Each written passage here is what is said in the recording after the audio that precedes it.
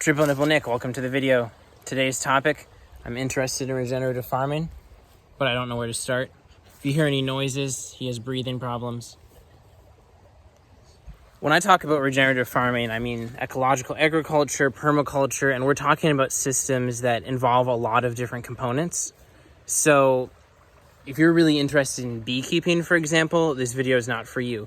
If you are interested in a larger system that includes food forestry, annual gardens, beekeeping, even animals, and more, and you want to have a farming system with all these different components working together to form a complete whole ecosystem, then it can be confusing where to start, because you can't just build the whole system right away. You have to start somewhere. And so this is going to depend on a lot of different factors. And I'm just going to go, if you're in this situation, it might be this way. And then on the other hand, it might be this way. So to start off with, the capital and land and resources you have access to is going to be a big determining factor. Let's take one common scenario. Let's say you don't have much land, but obviously you're going to need something to start farming with. Cooper.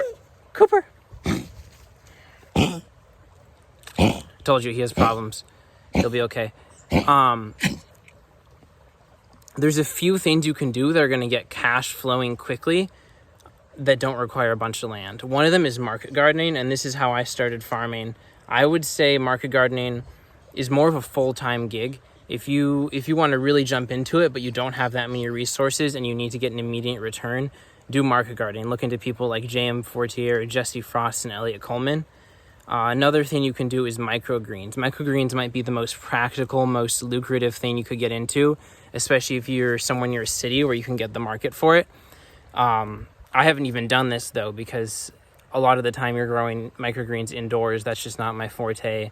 I would do it eventually, but it's not the first thing I'd jump on. And then let's say you don't have many resources, but you want to just start some kind of side hustle. There's a lot of different things you could do. You could start with growing mushrooms in logs, or maybe you want to grow mushrooms inside. Of course, microgreens is in this category. So that's kind of a spectrum of the most quick return, low investment activity you can get into, from a spectrum of it's kind of a full-time job to more small side hustle type things. Now, let's say you do have more land and more resources, and let's go to the opposite side of the spectrum and say you don't need any cash flow. This isn't going to be your source of income. I would say you would want to start planting a food forest as soon as possible.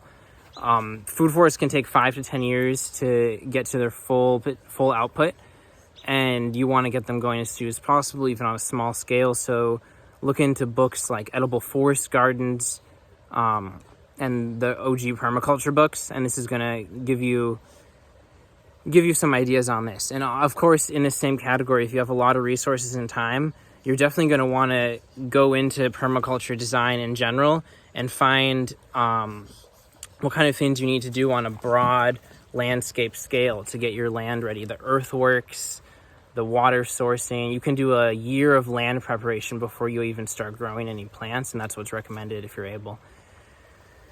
So that's kind of like a spectrum of if you need money from it, if you have enough capital.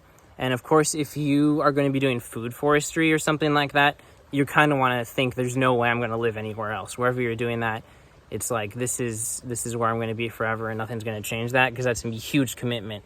The amount of investment of time, labor, and money it would take to build a food forest is worth it, because this is something that can produce for hundreds of years. But if you're going to abandon it, that would be a big loss. Now, next, moving on, let's say you're interested in regenerative agriculture, but you're not going to start jumping into your own operation, which you don't need to do. One of the best ways to start is to go work on other farms. And you can do work exchange, such as Wolf, or you could try and find a job. And this is good to just expose you to the field and get you some experience, because if you're going to be jumping into this as an income source, you really want to know what you're doing. And now another topic to cover is, are you going to have animals? Let's say it's against your ethics to even have animals in your agricultural system, and you just want to build an ecosystem that of course includes animals, but wild animals in it.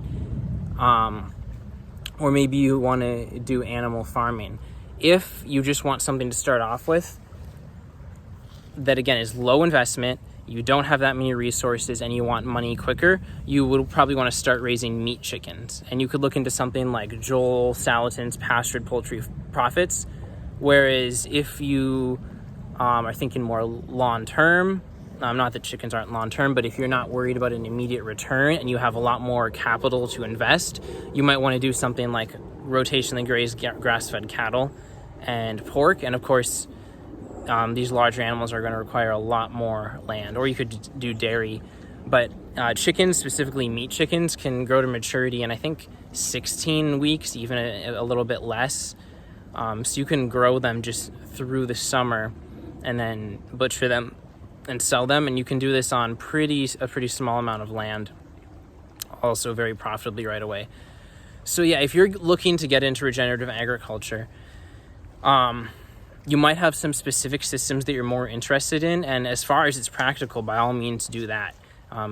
Just because something might be a little more financially practical, if it's not what you want to do, then you probably wouldn't be wanting to get into farming anyway.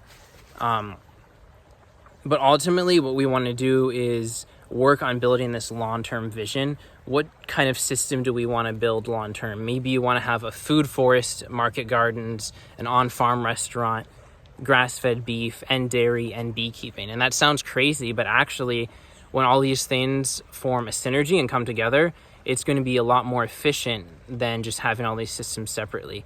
And this is totally very practical because